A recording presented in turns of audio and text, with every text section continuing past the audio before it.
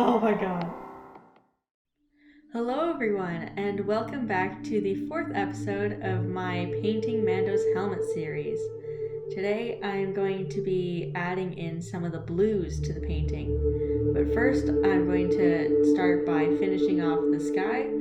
Last time I actually ran out of computer memory, so I didn't have enough storage on my computer to record me adding in the stars. So that was that little clip there.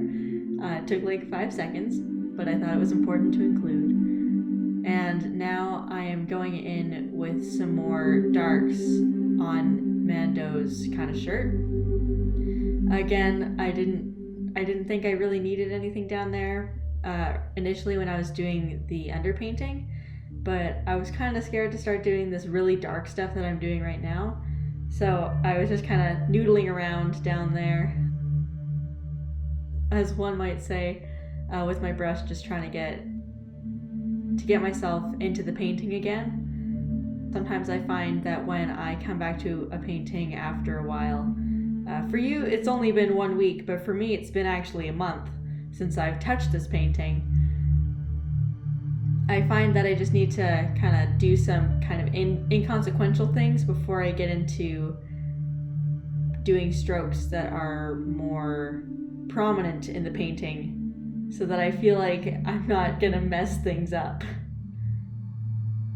And for this episode, my main colors are going to be Windsor Blue, which is the same color I used mainly for the sky, Ultramarine, Burnt Sienna, and just some regular white, and I think some lamp black in some places. And I'm just using a combination of those 4 colors, I think, to make lots of different values and shades of blue. And that's something that I really like doing with my paintings. I like working with what's called a limited palette. So it's kind of that idea of restricting yourself to be more creative.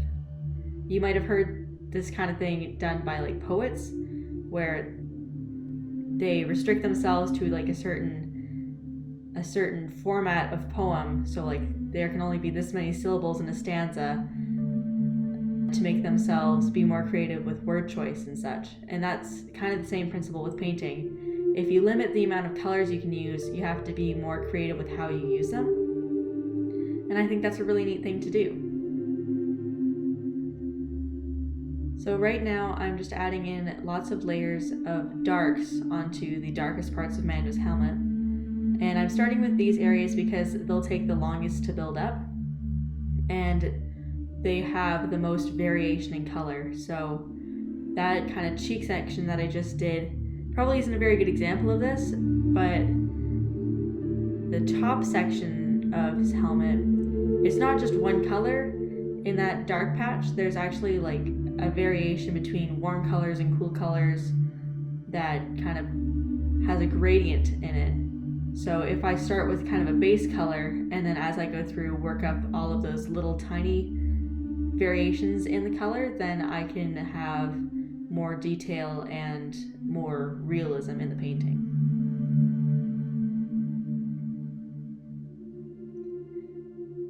And my process for this painting is slightly different than what I normally do. Normally I just go in with whatever color I see, and oh my god, I just saw a spider next to me. We're going to ignore that. Okay. I'm fine. It's all fine. Okay. Where was I? Oh right, I was talking about my process. So I'm starting with doing just all the blues instead of what I normally do, which is putting in whatever color I see. And that's just because I wanted to have cool titles, so that I could still keep with the theme of having the at the beginning. Oh, where did the spider go? Oh my god, I won't be able to concentrate now. But I'm gonna keep going. So now I'm doing more of the highlights and kind of the reflections.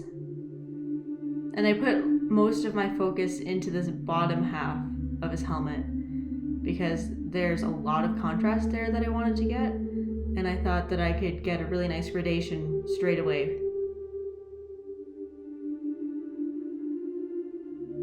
And I'm using lots of different brushes for different portions of the painting. So as you can see here, I've transitioned to a smaller round brush, and that's more for small details because I wanted to make sure that I was getting nice straight lines down the center there. But earlier I was using a flat brush, and those can be used for making like long straight lines and also for blending. I kind of use them in similar ways, but for different things.